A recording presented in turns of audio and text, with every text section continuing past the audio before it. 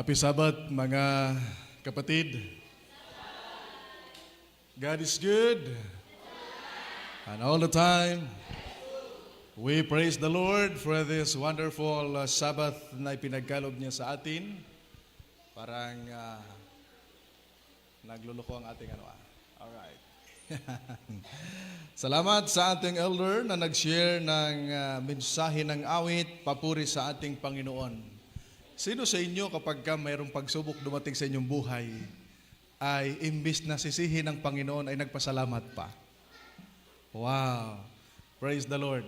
Alam nyo ba, last year ay, nung umuwi kami ng Masbate, a day before kami bumalik rito, hinatid ko yung pamangkin ko sa isang bayan. Pag-uwi namin ay nadisgrasya ang inyong lingkod. Nabangga ko yung kambing na tumawid sa kalsada ng hapon na. So maraming gasgas ang aking mukha at maraming mga sakit-sakit sa katawan.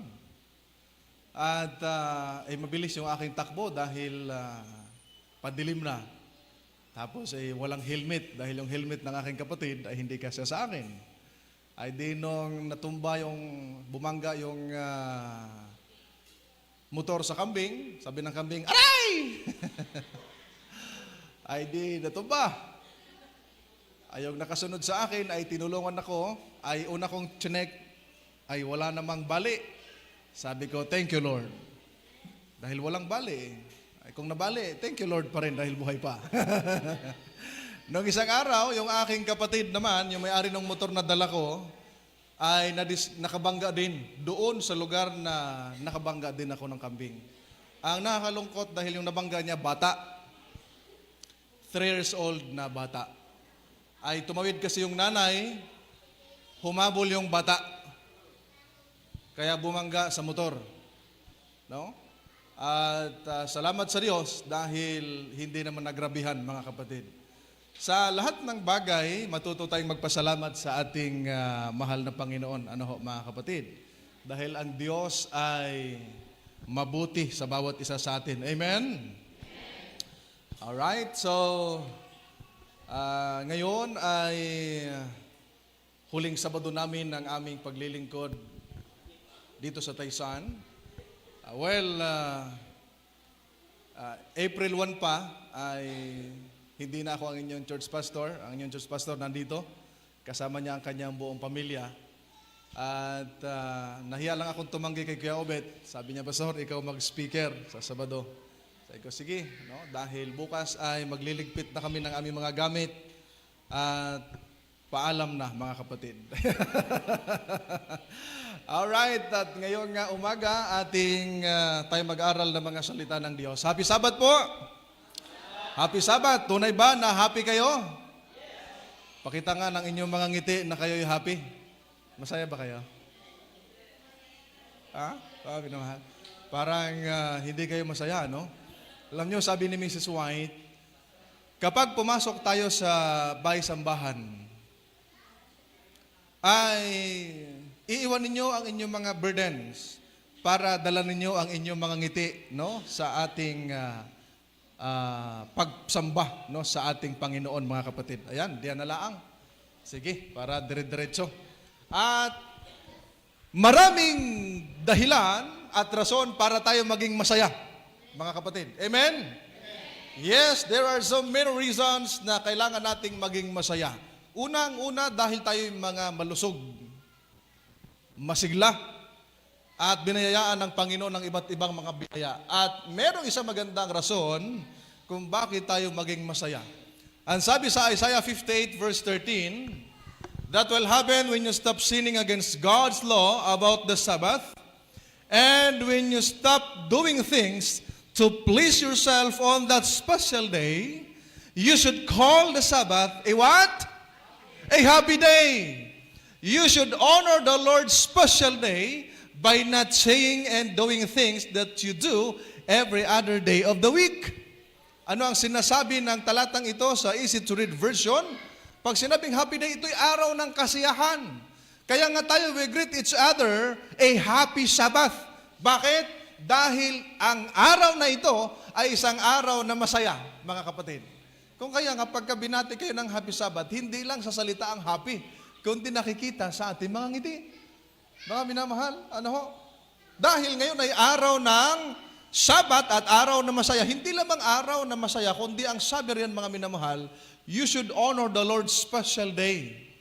Ang bawat isa sa atin ay may kanya-kanyang special na araw. Kanina ay ipinatayo rito yung mga nag-celebrate ng iba't ibang nilang mga araw ng kapanganakan, araw ng kanilang binyag, ng bautismo, araw ng kanilang anibersaryo. Wala naman tumayo rito ng anibersaryo ng patay, ano? Wala naman. Wedding anniversary, birthday, baptismal day, hindi na ako tumayo kanina kasi hindi na kasya dahil ako din ay nabautismuhan April and May ang pinatayo rito. Tsaka tiningnan ko ay hindi na kasya. Sabi ko, ang pastor dapat mapagpahinungod sila na lang. Mga kapatid. Ay, gawin nating espesyal ang Sabat kung may mga espesyal na araw tayo dahil ang araw ng Sabat ay espesyal sa Panginoon. Nasa 6 na araw, ito'y mga ordinary days, pagdating ng ikapitong araw, ito'y banal at espesyal sa ating Panginoon. Kung kaya, tayong mga lingkod ng Diyos, kapag pupunta tayo sa simbahan, hindi natin sinusuot yung mga kasuotan natin na sinusuot natin araw-araw. Ang sinusuot natin pag Sabado, special din because ating kikitain ang ating mga kapatid na special din ang turing nila at tayo sasamba sa special na Diyos. Amen? Yes, mga kapatid. Introduction pa lang, parang sermon na. Mga kapatid. Di ba? Dahil special na ito, ang araw na ito, special sa Panginoon, special sa kanyang mga lingkod, at higit sa lahat mga minamahal, itong araw na ito ay banal, mga minamahal na mga kapatid. Kung kaya, nakikiusap tayo sa mga kapatid natin, sa mga kabataan natin, to please turn off your cellphone. No? At kung kayo man ay magbukas ng cellphone, ay mamaya na pagkatapos ng ating pagsamba. Ano ho? Para tayo makafocus sa ating pag-aaral ngayong umaga, mga minamahal na mga kapatid. Ano ho? At ang pag-aaralan natin ngayong umaga, iwan ko ba bakit ang bilis ng oras natin? Ano ho? Late na kasi lagi tayo late nag-start. Ang pag-aaralan natin ngayong umaga ay napakaganda. A woman to be remembered. Wow! Anong gusto nyo mga babae? Dito tayo magtanong tayo sa mga babae. Ano bang pinakagusto nyong maalala sa inyo kapag pinag-usapan ng inyong pangalan? Ha?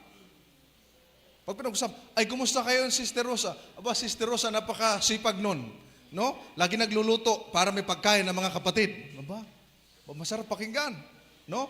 Ay, Sister ganito ay, aba talagang kahit wala, ay naghahanda yun, nangungutang pa para may paghanda, mga kapatid. Aba, matindi. Di ba, ganun ang mga Pinoy. Kahit wala, gumagawa ng paraan para may pakain, mapaghandaan yung mga bisita. No? At yung mga bisita naman, parang ganahan, no? Parang gustong-gusto. Balik tayo doon at masarap ang handa ni Sister. Pag reklamo na katagalan yung sister, brother na ito, pabalik-balik dito. Madami ng utang sa tindahan, di pa nakabayad. Mga kapatid, bakit ito ang ating pag-aaralan? Dahil ang atin pong key text na binasa ng ating pastor kanina, ang sabi dito, everything that was written in the past was written to teach us. Those things were written so that we could have hope. That hope comes from the patience and encouragement that the scriptures give us. Na ang sabi rito, mga minamahal na mga kapatid, anumang bagay na nasulat nung nakaraan na mga unang panahon, bakit isinulat? Para tayo matuto sa mga nakasulat. Ang tanong, inyo bang binabasa yung banal na aklat na sa inyo ipinagkaloob?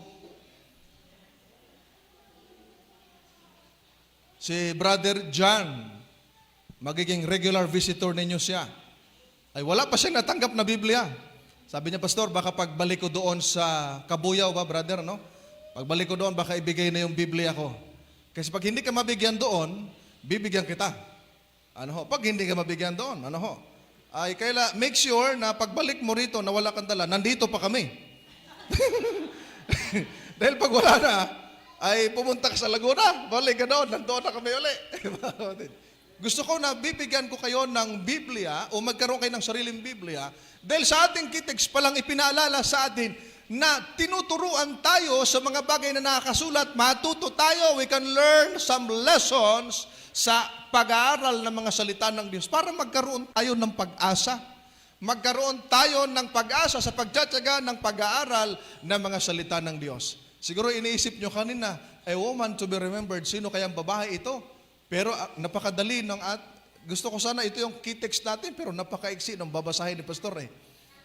Sabihin lang niya doon, ang ating key text, Luke 17:32, alalahanin mo ang asawa ni Lot. Sino ba yun? Para alalahanin ko. Remember Lot's wife, mga minamahal na mga kapatid. Kaya pala ang ating paksa ngayong umaga, a woman to be remembered. Dahil we will be talking about the wife of Lot, mga minamahal na mga kapatid. Ang salitang remember ay nangangahulugan siya, mga minamahal, na to pay heed to or to learn a lesson from. Kaya pala ginamit ng ating Panginoong Hesus, kakaiba yung Greek word niya, kasi ipinaalala sa atin na dapat tayong matuto doon sa karanasan ng asawa ni Lot, mga kapatid. At ang sabi rito, to remember is very important. It bears something to learn from our own good. Maging sa lumang tipan sa Exodo, yung Sabbath nag-start din sa salitang remember. Bakit? Ibinigay yun sa atin for our own good. Dahil ang tao, pag nagtatrabaho ka everyday, wala kang pahinga, ang katawan mo bibigay. And the Lord who created us, alam niya kung alin ang makabubuti sa atin. Mga kapatid, kung kaya, dapat nating alalahanin. I know, alam nyo na ang istorya ni Lot. Dahil nakapagtapos na kayo ng inyong quiz sa Genesis. Di ba? Na bago dumating sa panahon ni Lot, mga kapatid, sa kay Abraham muna. By the way, magkaano-ano si Abraham at si Lot? Magtito. Si Abraham, tito ni Lot. Si Lot, pamangkin ni Abraham. Kaya magtito sila. At sila, mga kapatid ko, ay mga tao na mga mayayaman. Okay? Mayayaman, mga kapatid. Pag mayaman ka, ay marami kang ari-arian. Sa ating panahon, marami kang pera. Sa kanilang panahon, si Abraham pinili ng Diyos at dumating sa kanya ang Panginoon kasama yung dalawang anghel. Kapag binasa natin ang Genesis chapter 18. At alam nyo ba na ang Panginoon at yung dalawang anghel na kasama niya, pinakain ng tinapay na walang libadura at ng baka? Ang Panginoon pala kumain din ng baka, Pastor Larry. No? Baka. No? At, kaya minsan, napapasyal tayo doon sa may Padre Garcia. Dahil meron dong bulalo si Kuya Felix eh. Di ba? Ay pinakain ng baka at pagkatapos ay tiningnan ng Panginoon kasama ng dalawang anghel yung Sodom at Gomorrah na napakasama na kahit lalaki gustong rapin. Alam nyo, mga kapatid, ay ang sabi ng Panginoon, gusto kong gunawin ang lugar na ito. Ang sabi ni Abraham, Lord, kung mayroon bang 15 na mga matuwid, iyo bang puksain ang Sodom at Gomorrah? Sabi ng Panginoon, for the sake of the 50 saints, yung 50 na mga banal, hindi ko pupuksain. Aba, humingi pa ng discount si Abraham. Lord, kung 45. 45, Lord. Hindi rin. Alang-alang sa 45. Lord, kung 4 na po. Pababa ng pababa, parang spaghetti.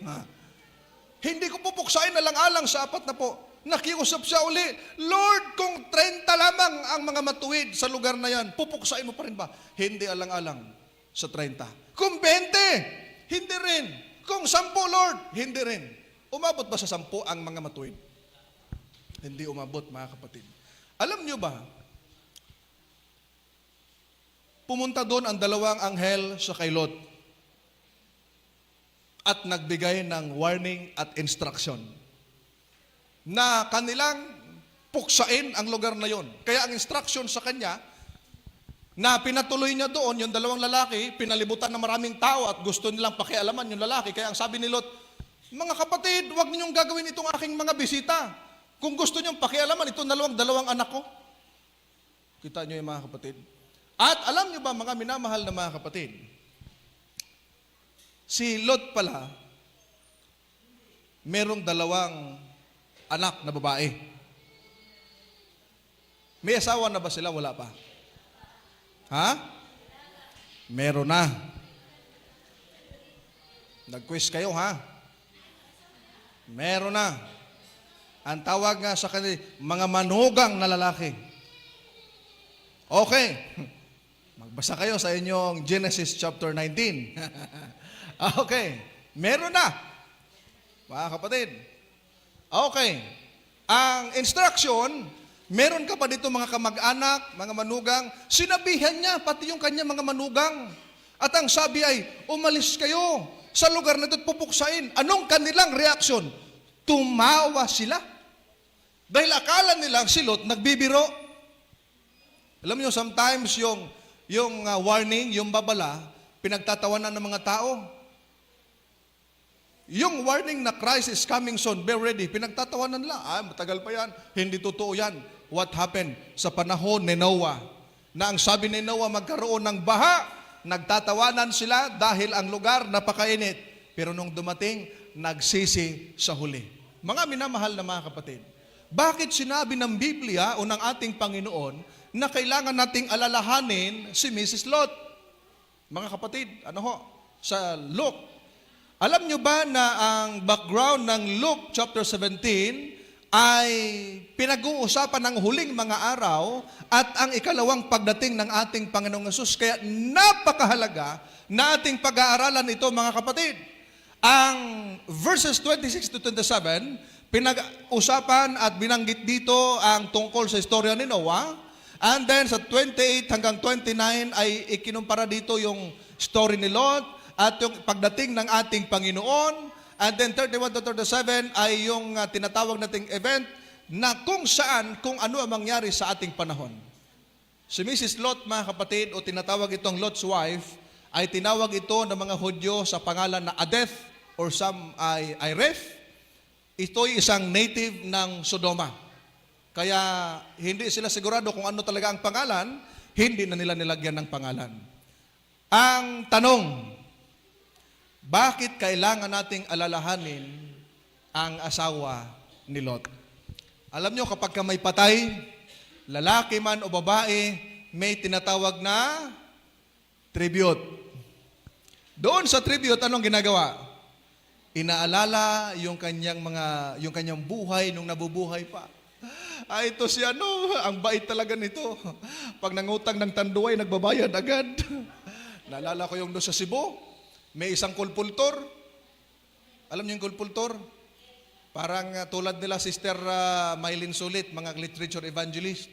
Napunta siya sa lugar na walang Adventista.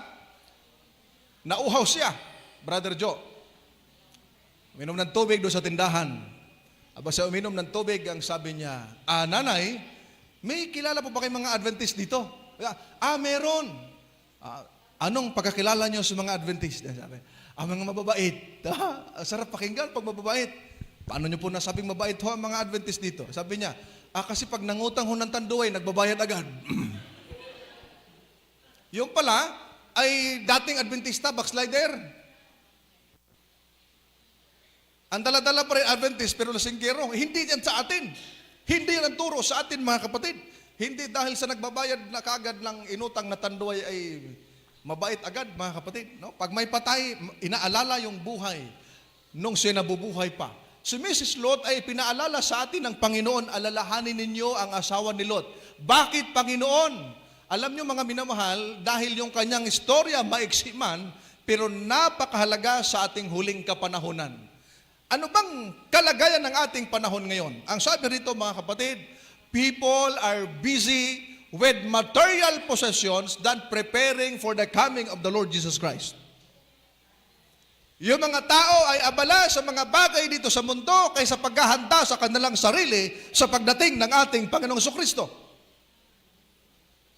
Kaya maraming mga taong hindi maliligtas dahil kulang sa paghahanda.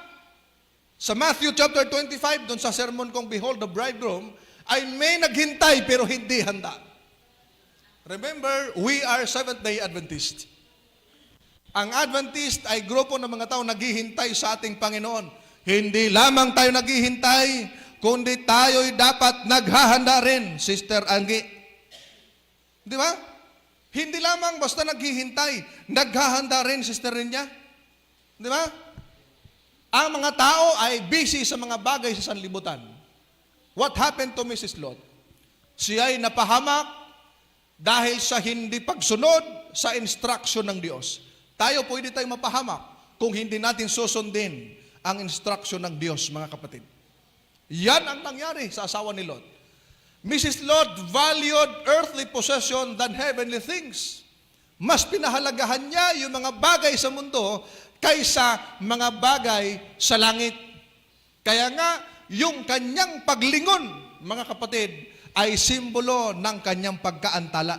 Dahil ang sabi ng anghel, huwag kayong lilingon, takbo na mabilis, dahil susunugin namin ang Sodom at Gomorrah. Sa pagkaantala nga, maging si Lot, hinawakan ng anghel ang kanilang mga kamay.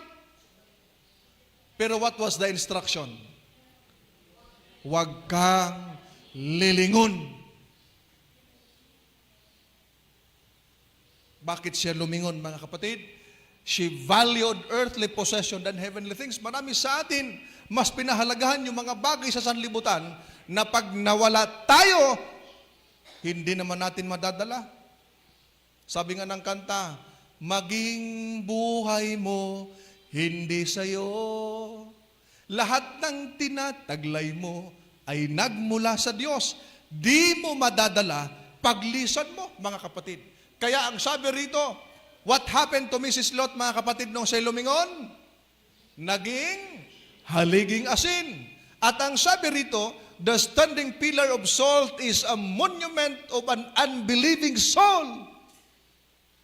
Yung tao na naging haliging asin, na walang iba kundi ang asawa ni Lot, ay isang monumento ng pagiging hindi naniniwala at hindi nagtitiwala sa ating Panginoon. Meron lamang 3 puntos na babahagi ko sa inyo ngayong tanghali na, mga kapatid. 3 puntos, tanghali na eh. Tanghali na tayo nag-start. Number 1, the consequences of delay. Kaya merong kanta na, huwag nang ipagpabukas pa. Di ba? Kalooban niya'y ngayoy, gawin mo na, matulin na lumilipas. Ang araw at oras, baka abutan kang hindi handa. The consequences of delay, mga kapatid. Kaya nga, ang panawagan ng Panginoon sa kaligtasan, tanggapin mo right now, right here, nang marinig mo ang kanyang invitation. Dahil pagka ipagpabukas mo pa yan, baka mamayang gabi hindi ka na magising. Alam nyo, nung Thursday, merong isang theology student na gagraduate siya ngayong June 7. Siya ay kapatid ng aking kaibigan na pastor sa Central Luzon Conference. Meron siyang ongoing crusade gabi-gabi. At noong Miyerkules ng gabi ay 3 gabi ng kanyang pangangaral. Kinaumagahan, hindi na siya nagising. Tanghali na, ginigising siya, nakataas yung kanang kamay. Patay na pala. Yung kanyang pamilya hindi makatanggap sa nangyari. They were so excited na makapaso yung kanilang anak sa kaniyang graduation sa pagiging pastor, hindi na nangyari, mga minamahal. 1 month before his graduation, namatay siya. Ganyan kaiksi ang buhay, mga kapatid. Nung isang araw, 7 sa ating mga kapatid sa ating polo namatay, nadamay sa karambola ng banggaan doon sa norte. Ngayon, nakaburol sa Antipolo Church. Mga Adventist yun.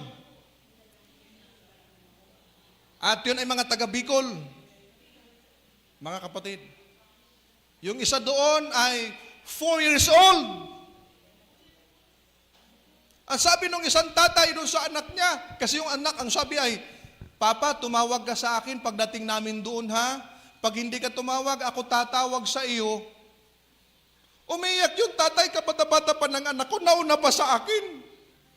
Ang ganda ng kinabukasan, ng kanyang, ang plano sa kinabukasan.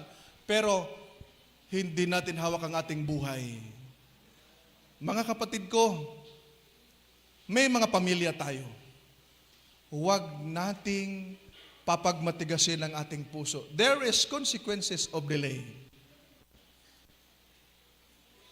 Bakit tayo laging late sa ating pagsamba pag Sabado? Bakit tayo nade-delay? Sa anong bagay, mga kapatid ko? Ang sabi ni Mrs. White sa Desire of Ages, page 319, the longer we delay, the harder it will be to make the right decision. Kapag lalo kang naantala, lalong mahirapan kang magpasya. Mga kapatid, every day's delay makes the conflict more fierce and the victory more difficult. Kaya ka hindi magtatagumpay, mahirapan ka dahil hindi ka kaagad tumugon sa ating Panginoon, mga kapatid ko. Kaya ang lesson na makuha natin ngayong umaga sa first point natin, do not delay. Flee from sin and pursue righteousness without hesitation. Huwag kang mag-alinlangan, lumayo ka sa kasalanan at magpatuloy ka sa paggawa at buhay ng katwiran, mga kapatid ko. Huwag nating tularan ng asawa ni Lot. Number 2, para mabilis-bilis lang. 3 lang po ito, mga kapatid. The danger of attachment to worldly things. Dahil ang tao mas nakadikit sa mga bagay sa sanlibutan. Mga minamahal na mga kapatid. You know, Satan ay nag-offer siya ng mga attractive things dito sa sanlibutan para mawala ang focus natin sa ating Panginoon, mga kapatid. Remember, the Lord Jesus Christ in Matthew chapter 6 verses 19 to 21, nagpaalala sa atin na huwag tayong mag-ipon ng kayamanan dito sa lupa. Bakit? Para hindi ito masira ng tanga at hindi manakaw ng mga magnanakaw. Ano ang payo ng ating Panginoon? Mag-ipon tayo ng kayamanan saan? Sa langit. Bakit? Hindi masisira ng tanga, hindi mananakaw ng mga magnanakaw. Bakit? Dahil walang magnanakaw makapasok sa langit. Di ba? Kung dito marami naghahanap ng ginto, no, naghuhukay, mga tawag nila, ginagawa nila, nagmimina. Di ba? Para makahanap ng ginto, aba doon sa langit, yung tatapakan ng mga maliligtas, hindi tiles na tulad nito. Ginto, Brother John. Sabi ng ating Panginoon, doon sa langit, ang lalakaran natin, ginto. At ang sabi dito, mga minamahal, kung nasaan ang iyong kayamanan, nasaan ang puso ng tao, naroon din. Kaya ipinaalala sa atin, mga minamahal na mga kapatid, na ang pagkadikit natin palagi sa mga bagay sa sanlibutan, nakakasira ng ating focus sa ating Panginoon. Si Mrs. Lot, bakit siya lumingon? Nang hinayang siya sa kanilang kayamanang naiwan ng kanilang pagtakas. Kaya hindi dapat siya lilingon, lumingon. Pangalawa, lumingon siya bunga ng kanyang curiosity. Ano kaya nangyayari na doon sa likod ng instruction? Huwag kang lilingon. Sometimes pag na-curious tayo, di ba? Pagka ikay hindi nakatikim ng alak na nakalalasing, yung mga tinatawag nating agwa de pataranta. Aba, ma-curious ka, ano kayang lasa nun? Di ba? Titikim ka ngayon. Mga kapatid. Ano kayang lasa ng baboy, ng pusit, na hindi nga pinapakain ng Panginoon dahil masama ang lasa? Kaya pagka kumain ka ng kumain yan, sasama ang lasa mo. Mga kapatid. Di ba? Attachment in worldly things can be destructive, mga kapatid. Yan ang nangyari sa asawa ni Lot, mga kapatid. Di ba? Minsan sa pagkagawa sa atin sa Panginoon, parang kulang na kulang tayo, mga kapatid, di ba? Sa mga Katoliko, kasi kami Katoliko pa, yung mga babae, maliit pa lang, nilalagyan, binubutasan na ang tainga. Parang sinasabi sa Panginoon, Lord, kulang yung pagkagawa mo sa anak ko, walang butas yung tainga. Binubutasan, nilalagyan na kung ano-ano, mga borloloy, mga kung ano-ano pa dyan. Kita nyo mga kapatid? Pagka na-attach tayo, ito'y nakasisira, mga minamahal na mga kapatid ko. Alright, ano ang payo sa atin ni Apostol Juan sa 1 John chapter 2 verses 15 to 17? Do not love the world or the things in the world. Why? Ang sabi rito, if anyone loves the world, the love of the Father is not in him. Huwag mong ibigin ang mga bagay sa sanlibutan dahil ang pag-ibig ng Ama, wala riyan. Ang sino mang umiibig, ang sabi rito mga minamahal, for all that is in the world, yung mga bagay sa sanlibutan, mga pagnanasa ng laman, pagnanasa ng mga mata, na mga pagmamataas sa buhay, ay hindi galing sa Ama, kundi sa sanlibutan. At remember mga kapatid, ang sanlibutan ay lumilipas at lahat ng mga bagay dito. Pero, yung gumagawa ng kalooban ng Diyos, mamamalagi magpakailanman. Amen? Yes, mga minamahal na mga kapatid ko. Kahit na wala tayong kayamanan sa mundo, kung mayroon tayong Kristo, mga minamahal, hindi tayo behind sa iba. Why? Sabi ang ating Panginoon kahit makamtan mo, di ba naalala niyo ba yung kanta ni Tidan na walang kabuluhan? Di ba?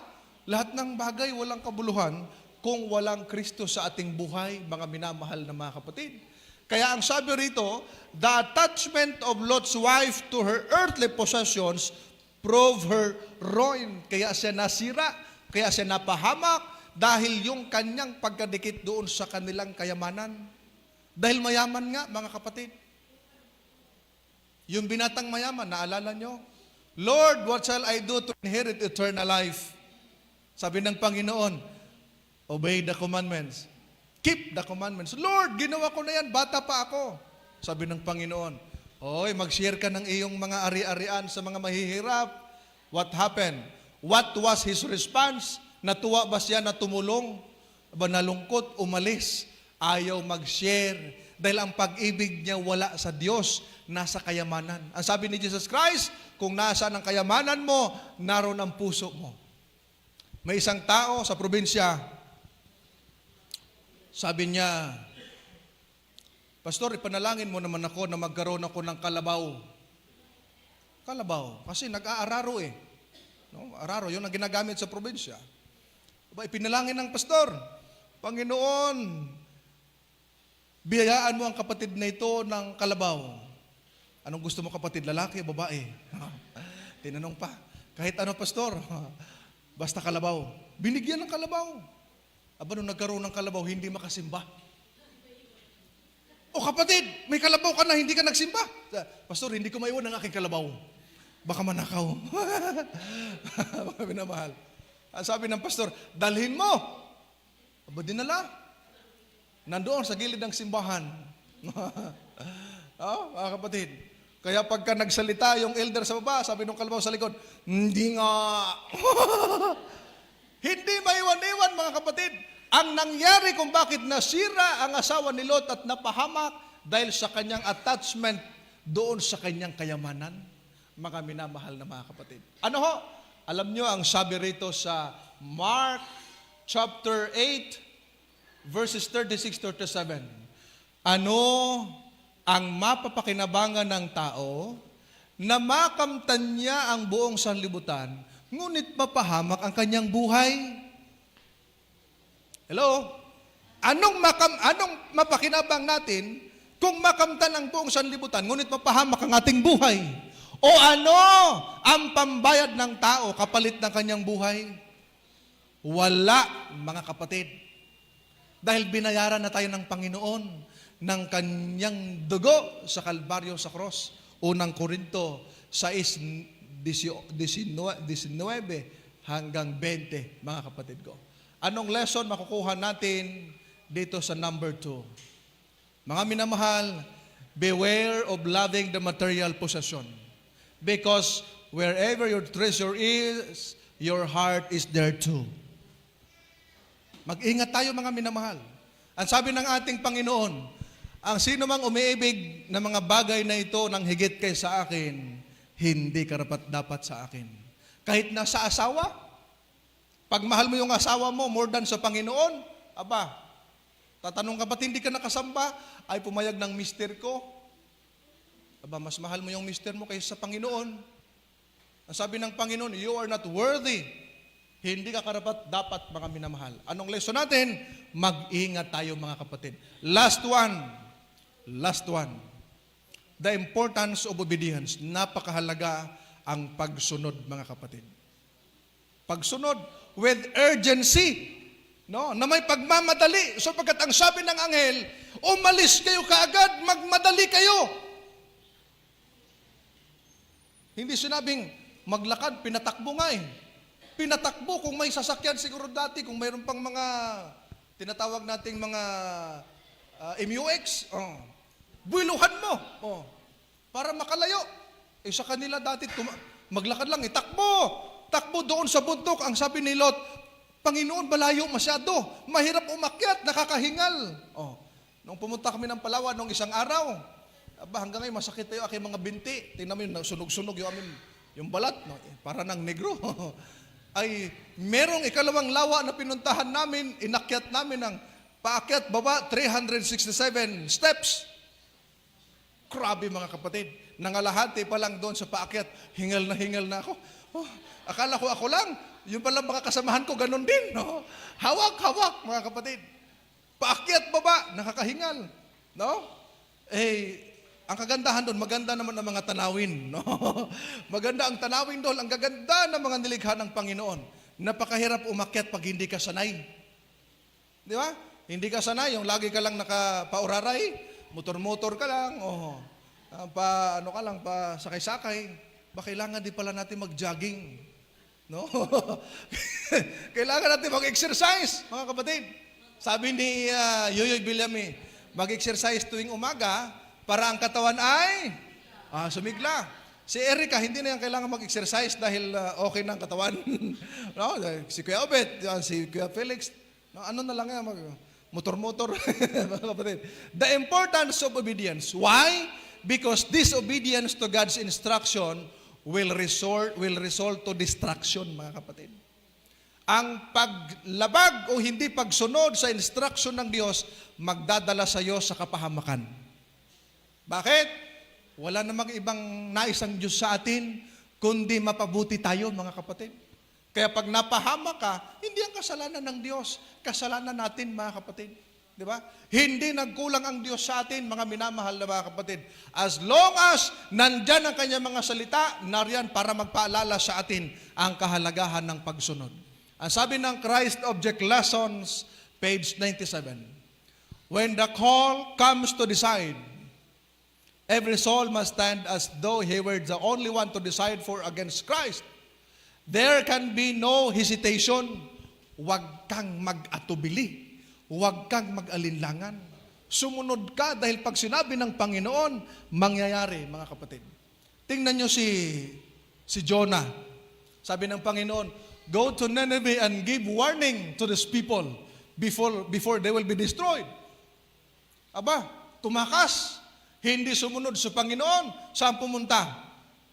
Aba, sa Tarsis pumunta. Nung tinignan ko, mga kapatid, yung mapa, kasi yung aking Bible, itong Bible ng The Disciples Bible, may mapa. Aba, kung titingnan mo, mas malapit yung lugar na pinanggalingan niya papunta sa Nineveh kaysa sa Tarsis.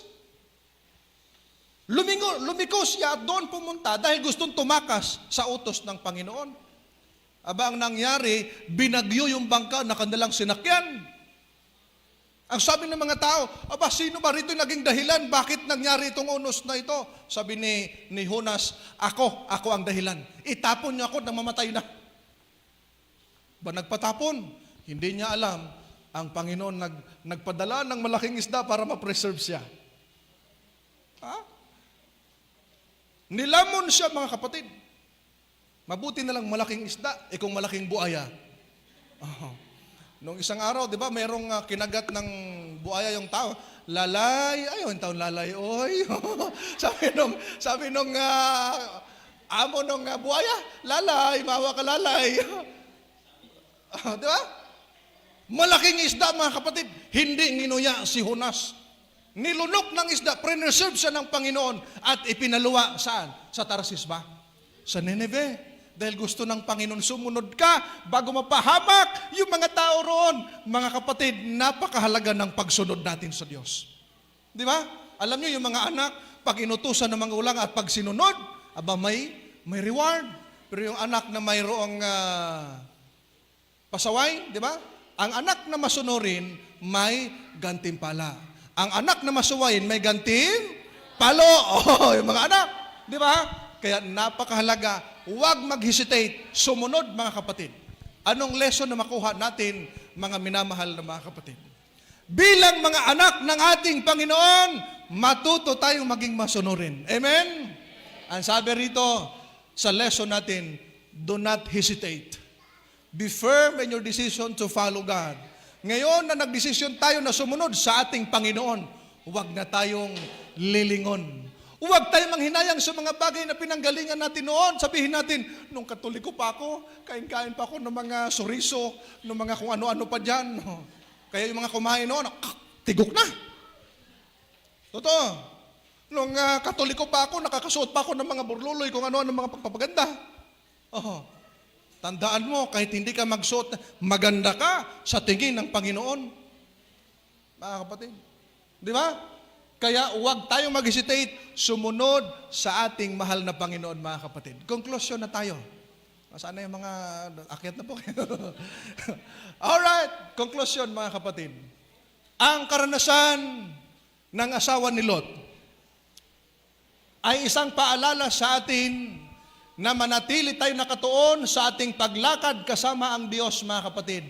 At iwasan natin na magbalik tanaw sa ating mga nakaraan at manghinayang mga minamahal sa ating mga dating buhay. At ay magpatuloy na ititig natin ang ating mga mata sa ating Panginoon para tayong magtagumpay, mga minamahal. Kaya kapag nangihinayang ka sa mga bagay ng nakaraan, remember the wife of Lot. Ano nga ang title ng ating sermon ngayong umaga? A woman to be remembered. Iyan ang sabi ng ating Panginoon. The life or the story of the Lot's wife, nagbigay sa atin ng reminder, mag-focus tayo sa ating Panginoon. Dahil nandyan na tayo, magpatuloy tayo, wag na tayong bumalik sa dati nang hindi tayo mapahamak. Mga minamahal na mga kapatid, tayo ay hindi magkasama-sama sa laging panahon sa sanlibutan. Kahit na tayo ay marami mga pagsubok na dadanasin, ang goal natin, langit. Kung may kahinaan ang bawat isa, idalangin natin sa Panginoon. Dahil ang gusto ng Panginoon, bawat isa sa atin ay maligtas. Ang aking dalangin, mga kapatid ko, na hindi man lamang isa sa inyo ang mawaglit, kundi lahat tayo magkasama-sama doon sa langit na bayan. Wala sanang matulad sa asawa ni Lot na imbis na 4 ang naligtas, 3 na lamang. Ang aking dalangin, kahit na isa sa pinakamaliit, pinakabulingkit na bata, hanggang sa pinakamatanda, lahat tayo magkasama-samang sasalubong sa ating Panginoon doon sa mga alapaap ng langit, magmamana ng buhay na walang hanggan. This is my prayer. The Lord bless you, mga kapatid. Amen.